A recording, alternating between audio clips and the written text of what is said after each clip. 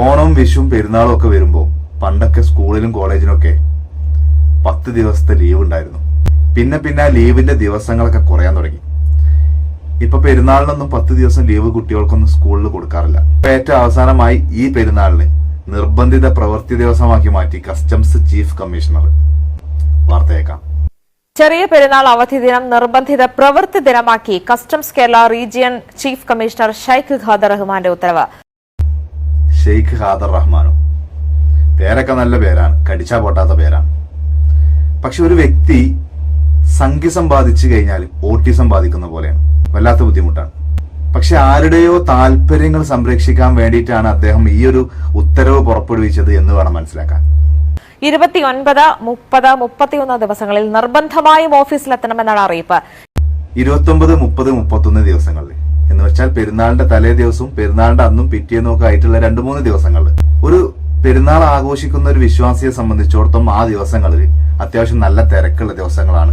ഒരുപാട് സാധനങ്ങൾ പർച്ചേസ് ചെയ്യേണ്ടത് കാര്യങ്ങളുണ്ട്.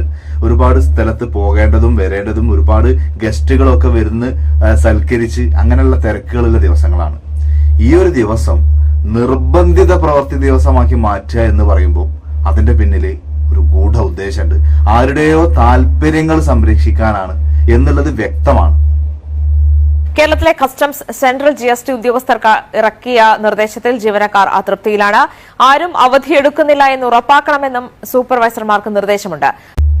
കണ്ടോ, ലീവിന് അപ്ലൈ ചെയ്തിട്ട് ആരും ലീവ് എടുക്കുന്നില്ല എന്ന് ഉറപ്പുവരുത്തണമെന്ന് ആ ഉത്തരവിൽ പറയാണ്. സാമ്പത്തിക വർഷം അവസാനിക്കുന്നതിനാൽ രാജ്യവ്യാപകമായി കസ്റ്റംസ് GST ഓഫീസുകൾ പ്രവർത്തിക്കുന്നുണ്ട്. പറയാം, നമുക്കൊരു കാരണമാണ് ഈ പറയാം. ഇത് ഫിനാൻഷ്യൽ ഇയർ എൻഡിംഗ് ആണ്, മാർച്ച് ലാസ്റ്റ് ആണ്.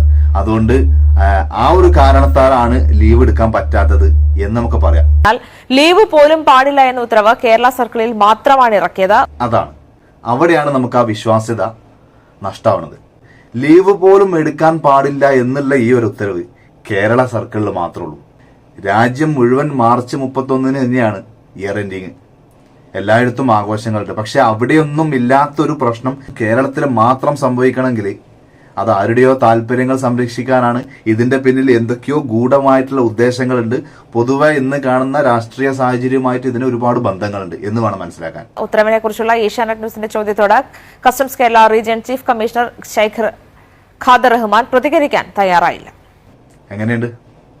അതാണ്, ഇതിന് പിന്നിൽ അദ്ദേഹത്തിന് വേറൊരു ഗൂഢ ലക്ഷ്യങ്ങളോ പ്രത്യേക താല്പര്യങ്ങളോ ആരുടെയെങ്കിലും താല്പര്യങ്ങൾ സംരക്ഷിക്കാനോ ഒന്നും അല്ല ഇത് ചെയ്യുന്നതെങ്കിൽ ഈ മാർച്ച് ലാസ്റ്റും ഇയർ എൻഡിങ്ങുമായിട്ടുള്ള കുറെ കാര്യങ്ങൾ ക്ലിയർ ചെയ്യാൻ വേണ്ടിയിട്ട് ആണ് ഇത് ചെയ്യുന്നതെങ്കിൽ ഏഷ്യാനെറ്റിന്റെ ചോദ്യത്തിന് അയാൾ മറുപടി പറയാൻ തയ്യാറാവണമായിരുന്നു.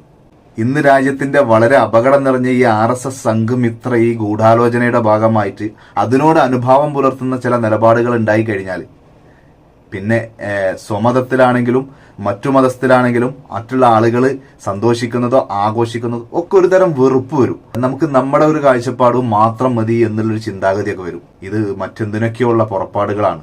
വളരെ ഗൗരവത്തിൽ കാണേണ്ട ഒരു വിഷയമാണിത്.